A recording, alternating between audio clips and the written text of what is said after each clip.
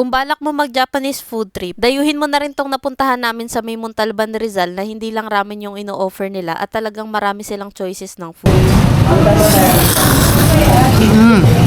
Talagang masusulit nyo yung binayad nyo pag kumain kayo dito sa may Taramen. Yung pwesto nila dito lang sa may paglagpas ng tulay kapag galing kang Louvers. At dito nga sa Taramen, tanaw dito yung tulay at napakaganda ng view dito kapag sunset na. Sa may pilahan nga rin pala to ng UV Express. Maraming mga option dito ng Japanese foods at meron din silang unlimited chicken wings. Sa sarap nga ng mga pagkain nila, marami na silang suki. Kaya kapag may mga birthday celebration, dito nila pinipiling kumain. Ito nga pala yung mga in-order namin nung nagpunta kami, yung kanilang kimchi ramen, bibimbap at katsudon. Ito yung in-order naming ramen kasi sabi ni Maynard gusto daw niya ng maanghang. At ito yung nirecommend sa amin ng staff yung kimchi ramen nila. 175 pesos yung isang order nito pero napakarami na. Meron tong isang itlog, tofu, kimchi, dalawang slice ng marinated meat at yung noodles na ginamit dito makapal. Kaya kung hanap mo rin yung maanghang na ramen, ito yung itry mo sa kanila yung kimchi ramen. Next naman, ito yung kanilang bibimbap. 150 pesos lang din to pero sulit na. May mga toppings ito na meats, kimchi, iba't ibang vegetable at itlog. Sa pagkain nga pala ng bibimbap, kailangan nyo munang i-mix lahat to bago nyo kainin. Mas masarap kasi to kapag nahalo nyo sa kanin yung mga toppings tsaka yung mga sauce. Yung timpla nga pala nila dito sa bibimbap, matamis. Kaya kung mahilig ka sa manamis-namis na pagkain, magugustuhan mo to. Pero kung hindi ka mahilig sa matamis, pass muna dito. Try mo na lang orderin yung mga rice meal nila kagaya nitong katsudon. 130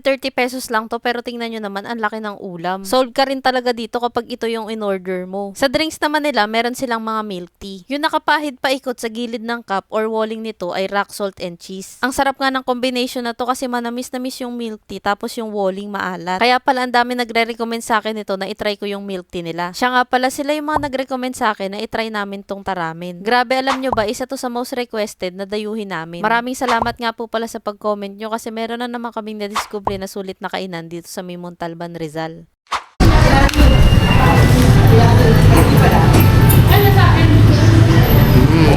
Ito nga pala yung buong menu nila, pakipost na lang para mabasa. Kung hindi nyo nga pala sila mapupuntahan, pwede kayo magpa-deliver at mag-message lang kayo sa kanilang Facebook page. At kung balak nyo naman silang puntahan, ang store hours nila simula 11 AM hanggang 10 PM. Kaya kung nagkikrave ka rin ng Japanese foods dito sa may Montalban, try mo na rin pumunta dito sa Taramen. Kung meron pa kayong marerecommend ng mga sulit na kapihan, kainan o kaya naman pasyalan, pakilagay na lang po sa comment section para yun naman yung next naming pupuntahan. At para updated pa kayo sa mga dadayuhin namin, huwag niyong kalimutang i-follow ang aking mga social media accounts. Yun lang, maraming salamat sa panonood. Bye!